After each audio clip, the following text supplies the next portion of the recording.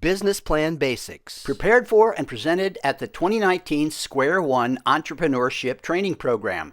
Square One is a program of the Center for Emerging Technologies. CET is an affiliate of the Cortex Innovation Community. Square One is funded in part by the Missouri Technology Corporation. By failing to prepare, you're preparing to fail is a quote by Benjamin Franklin that I really love, because a lot of times we often talk about, I don't have time for that. Well, that means that you're not having the time to plan ahead.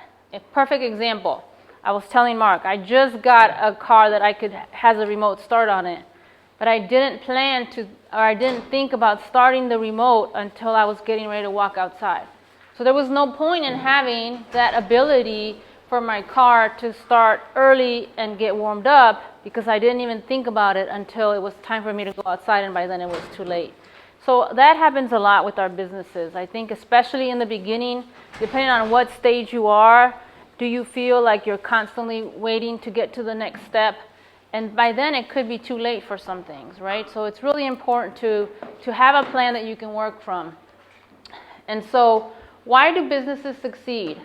I wanted to give you some ideas of things that we find about why businesses succeed, but what are some other things that are not listed that you can think of that helps a business succeed? Mark?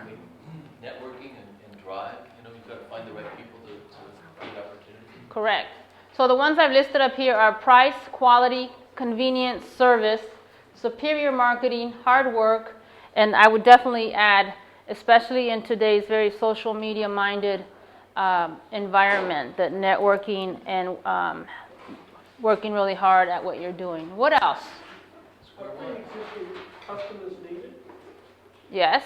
Square One, so programs that could help you, programs that can help you get to that next level. Yes. I mean, definitely passion. I don't see that up there, but when it comes to your passion, for your drive that keeps you going. Correct. One more. Anybody else? A team? You were going to say something? Common sense. Yes. A market. Right. So you could pick any one of these. Any of the things that we said could be the reason that your business succeeds. A lot of the food businesses initially succeed because the food tastes good, right? But there's a lot of food that tastes good. So what's going to set you apart from the market? What's going to keep your profits higher than everybody else so that you'll be more successful? So any one of these things that we've named could be the thing. And it's important to focus on one, especially in the beginning, because you're not going to be able to do them all across the board as much as we all want to be able to do everything at the same time. So why do businesses fail? I'll ask you the question before I put my slide up. Cash flow.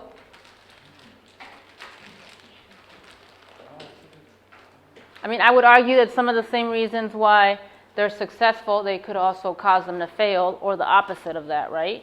Yeah. Yes? Not fully understanding the market. Not understanding the market. Anybody else? Outcompeted. I'm sorry? Outcompeted. Outcompeted? Not enough money.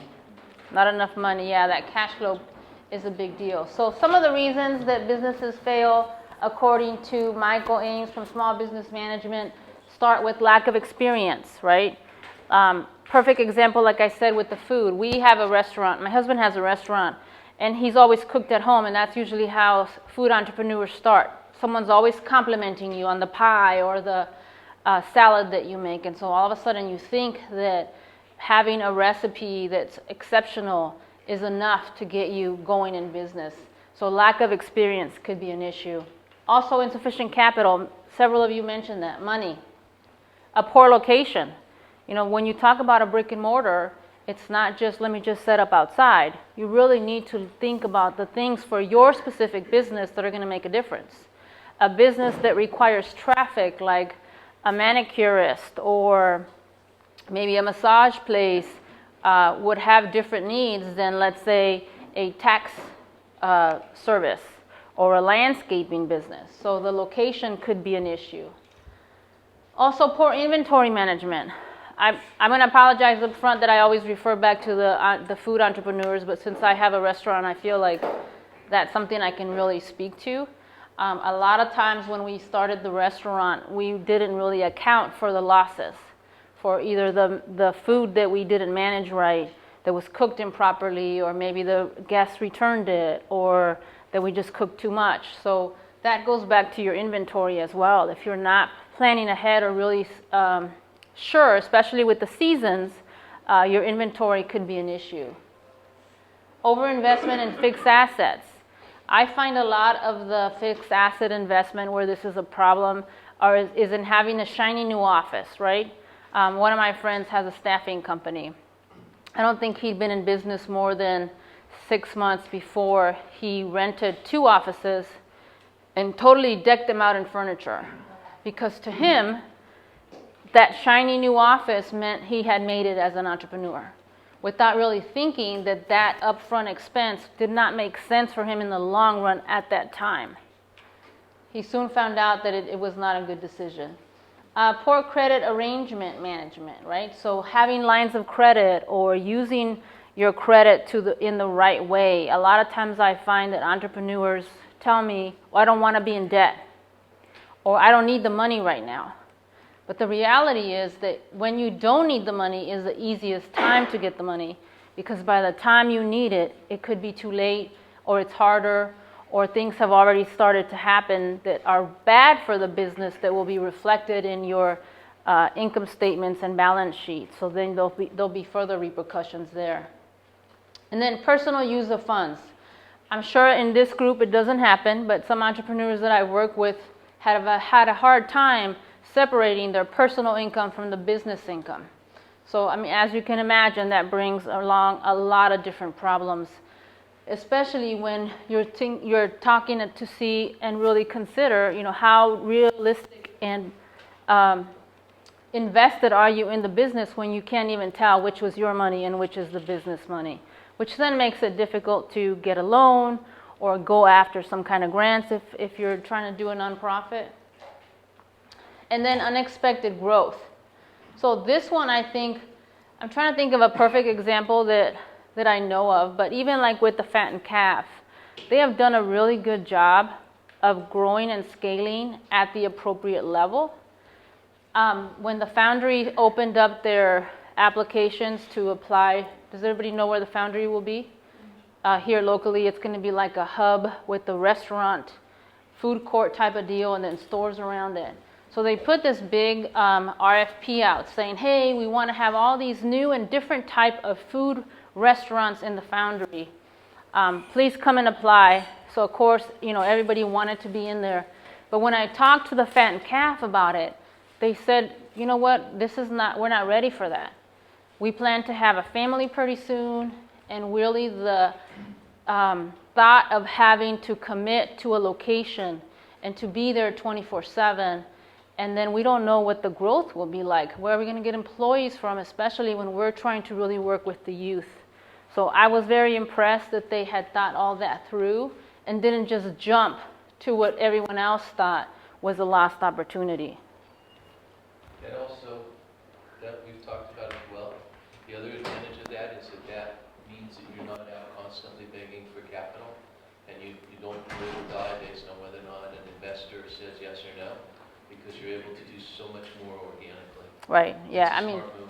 especially when you talk about all the capital investment that is available nowadays, and sometimes I know that we think it's limited, but there are a lot more angel investors and just investors in general that are coming to small businesses and saying, hey, I want to invest in your battery charged backpack. But at what point does he sell out his interest and the direction that he wants to go in at the sake of where the investors would like to take it? So that's a good point. So when we talk about a business plan, the purpose of a plan is that this is your roadmap. This will help you with your sales tools. Think of it much like a regular map. I know we don't use them as much anymore, but in the old days, you'd pull it out of your glove compartment whenever you were trying to go somewhere. So now you're pulling out your GPS on your phone. But really, this is the beginning of your business and your new business life. So when you start to put together your business plan, you're going to start to put together the things right now that you think are where you want to go. That doesn't tie you to be there for the rest of your life or that you can't deviate from that plan, but it will keep you on track, because as you start to get investments or you grow your employees, you can refer back to the plan to try to see, am I still on the same track that I wanted to be on? Is it time to do something different or make changes? But if you have no plan, it's really difficult to know, am I on track? Does anybody play golf? So what happens when I first started, I didn't keep score. So I never knew if I was getting better or not. But once you start to keep score, and then you have to put it in the system, you constantly know whether you're improving or not, right? So when you don't have a plan and you don't know where you're going, where you've been, if you're not tracking that, it's really hard to know, am I really making a difference? Another food entrepreneur example. I have a couple of businesses that I'm working with right now that say, no, the farmers markets have been amazing, all this money's coming in, we are really killing it. But then I ask them, so what are your costs? Oh, well, the money's coming in, so we're not really worried about costs.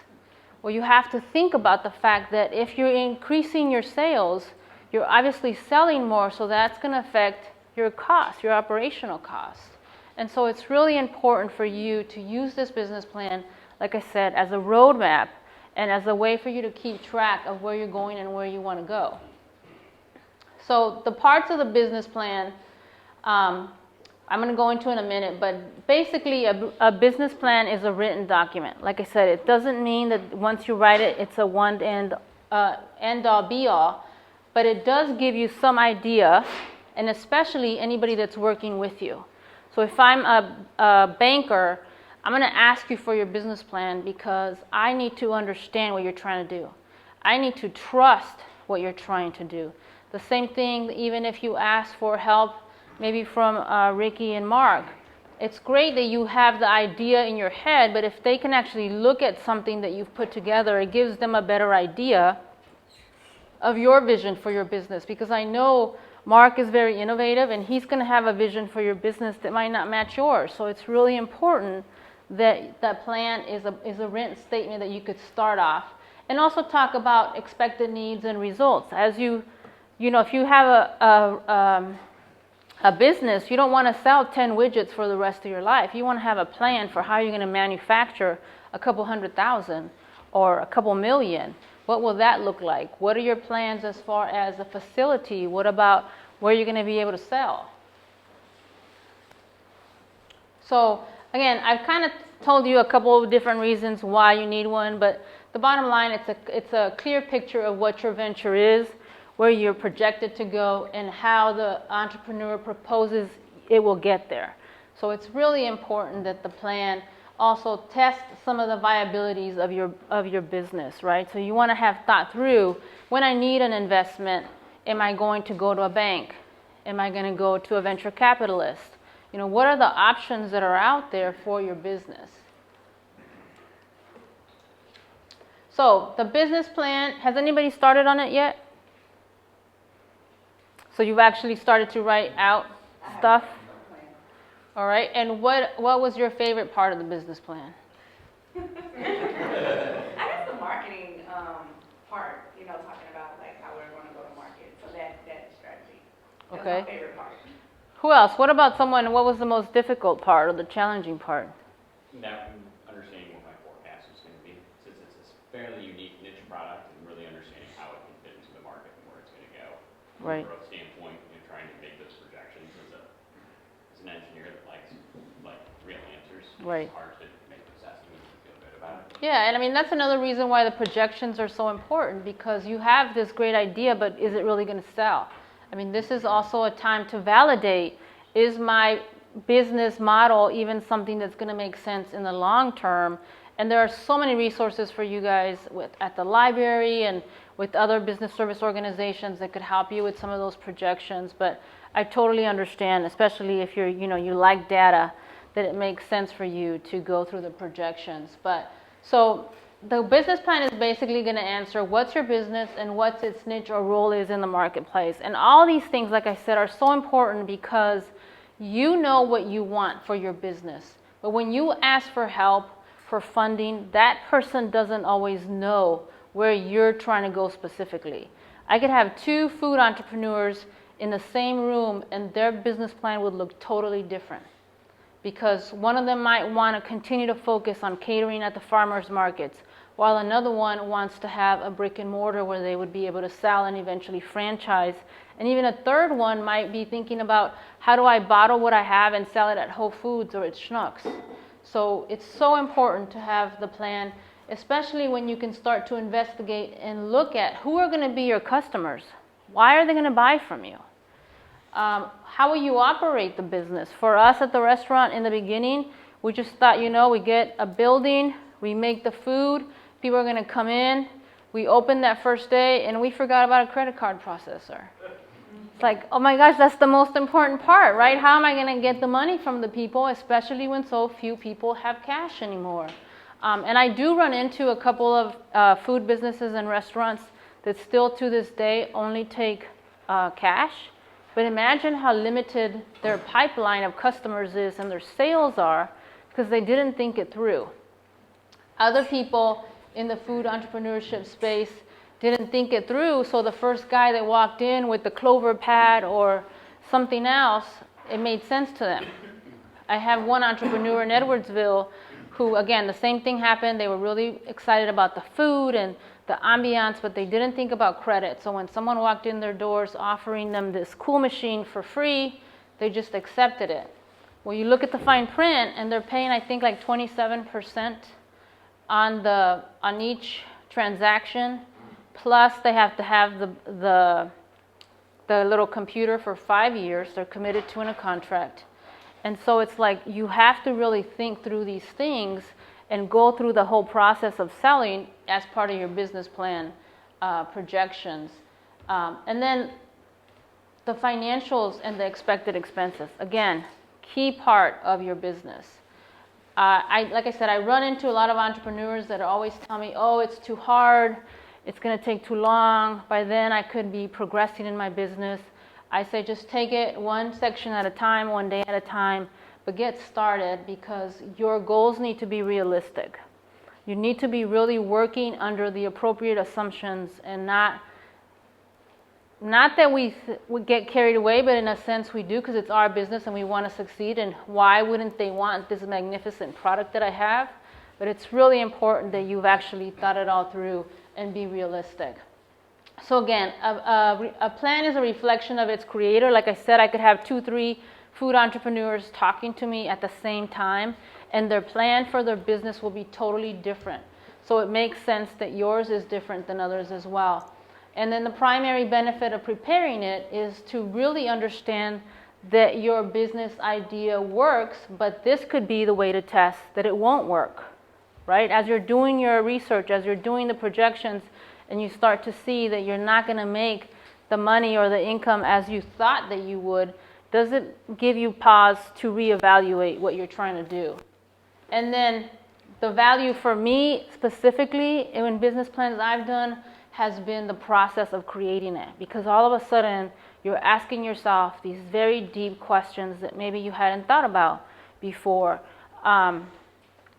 Similar to like when you're doing an application for something and it asks you these really deep questions.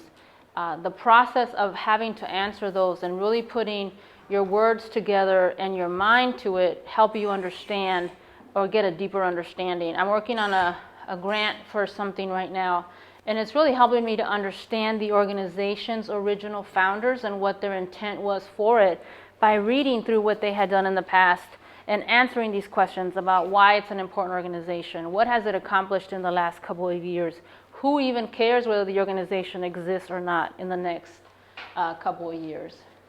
So taking the time to build a plan is very important. It does not guarantee success, but it will help you understand and ensure that you have higher chances of succeeding. And then, like I said before, it's like a roadmap that's going to guide you on a journey. So don't attempt the trip without a map. Luckily, you guys are already in a great collaborative space like this one where you have people that you could reach out to, where you have the resources that you need. But I would definitely say, please don't skip this step. So 25 to 50 pages could be a typical plan. I've seen bigger ones. I've seen longer ones. And like I said earlier, everyone is unique. But this is also an opportunity for you to tell your company's story. So the key elements of a plan, I know you said you already completed one. Title page, executive summary, the description of the actual business and the industry that you're in, the market, and the marketing plan. Projections are going to be a key piece of this. And then any attachments or exhibits that could help you make better decisions in the long term. Another key part that I think that you should do as you're working on your business plan is do a SWOT analysis of your business where it is right now. So SWOT is basically the strengths, the weaknesses, the opportunities, and the threats. Have you guys done this before? To really understand not just where do you want to go, but does this make sense?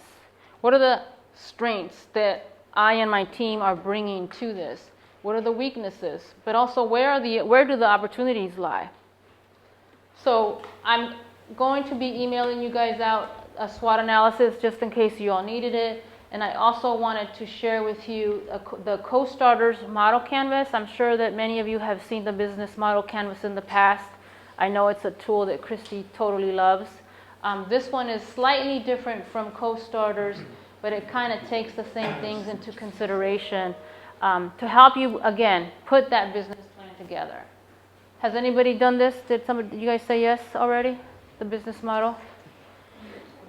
Everyone in the class. In the back. Did you guys find it easier than trying to write out an actual business plan, or was it more confusing? This is much easier. And then were you able to transfer that to the plan, or did you kind of leave it in this format? We're working on something like that. Okay. Yeah, I think people go back and forth. Some people really like this as a way to springboard ideas and get started, but then it's harder to get it back into the plan versus having just started in the plan. So some of the next steps that I wanted you to take would be to look at sample business plans when we're talking about creating yours.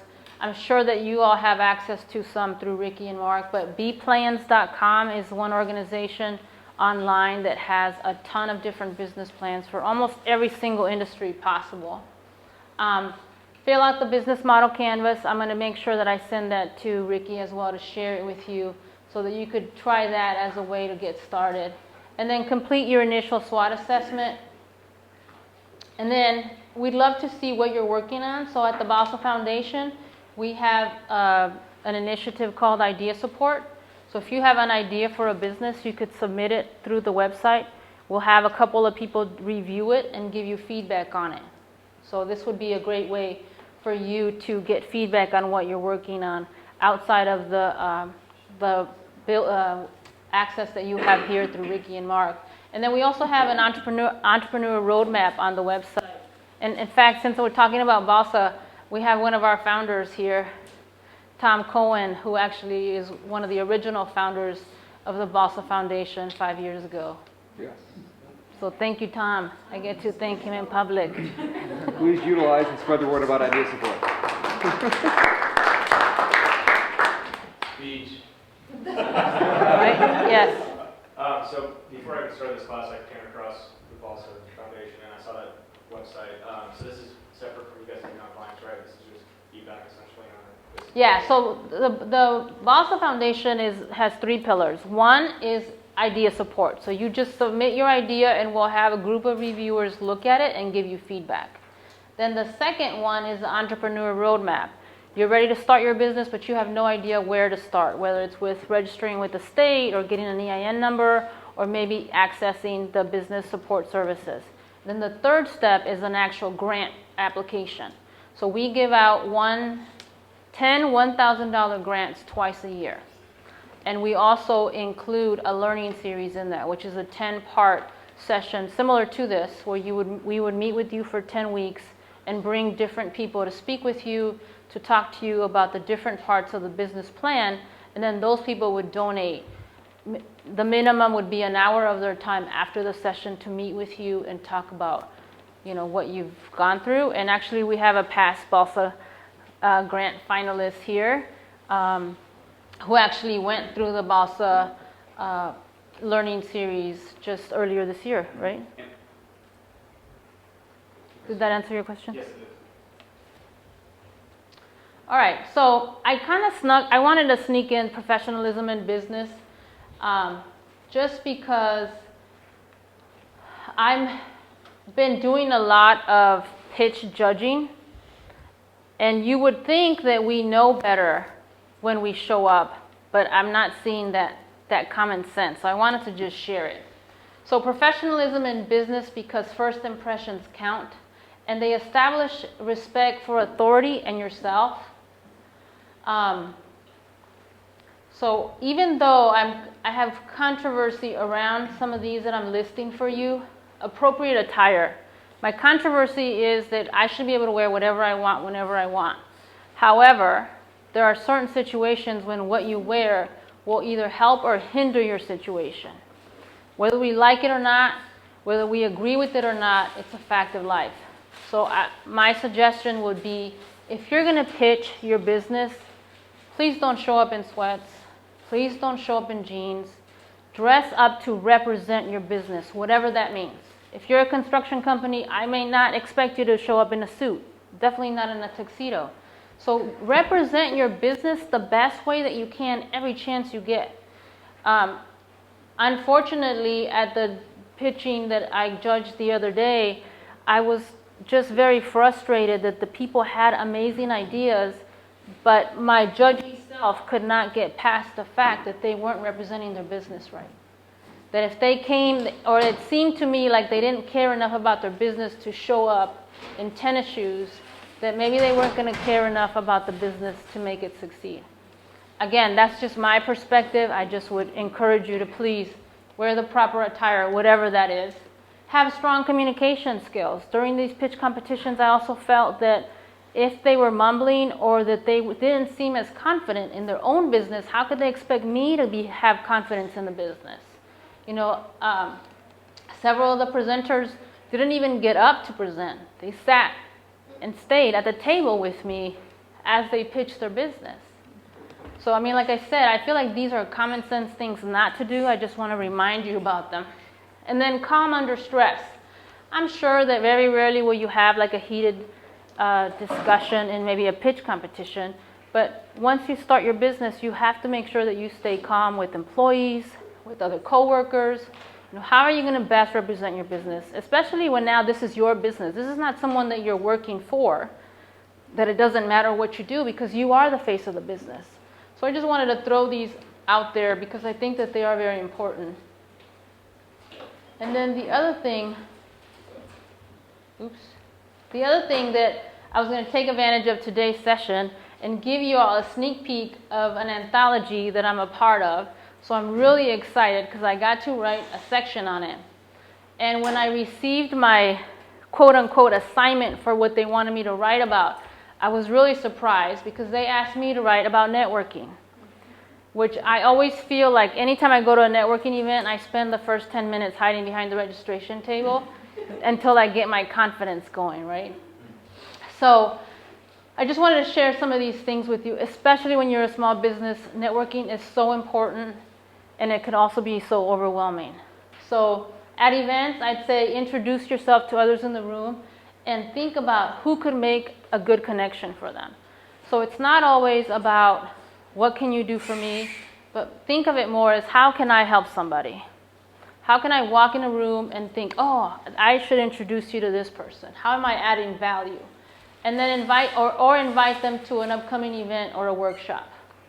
For introverts like myself, some of the things I have found really useful are to show up early when the crowd is smaller. There's not as many people there, so you have less people to talk to. Also volunteer to be a host, and hear me out, it makes sense. When you're the host, you get the list of who's going to attend, who they represent, what they do. So then it makes it easier, especially when they start to arrive. As the host, they normally will come and speak to you instead of you having to find a way to speak to them. And then online networking to the rescue. Let me tell you, this has saved me so many times, because now that everything is online and on social media, you can pick whatever your platform is, whether it's LinkedIn, Facebook, Instagram, and truly find your voice and connect with other people. A lot of times what I'm finding is the people that I'm connecting with, and by connecting I mean we're friends on the platform and I like their post or they like mine, or they might make a comment here and there, but that really does carry over to real life. So then when you see the person in person, you almost feel like you do have a connection, and don't feel ashamed to say, oh yeah, we're Facebook friends or we're LinkedIn friends, because that also automatically gives an association that they can relate to. The last thing I will say about networking is practice makes perfect. So you definitely have to get out there. You definitely have to keep working at it, because it doesn't happen naturally if it's an issue for you. And then my information at the very end is just my contact information. If you need to get a hold of me or you have a question about anything that I presented, I'd love to hear from all of you and your journeys as you go through the whole program, as well as the next step in the business ecosystem. So thank you so much. Does anybody have any questions? All right, perfect. Thank you so much.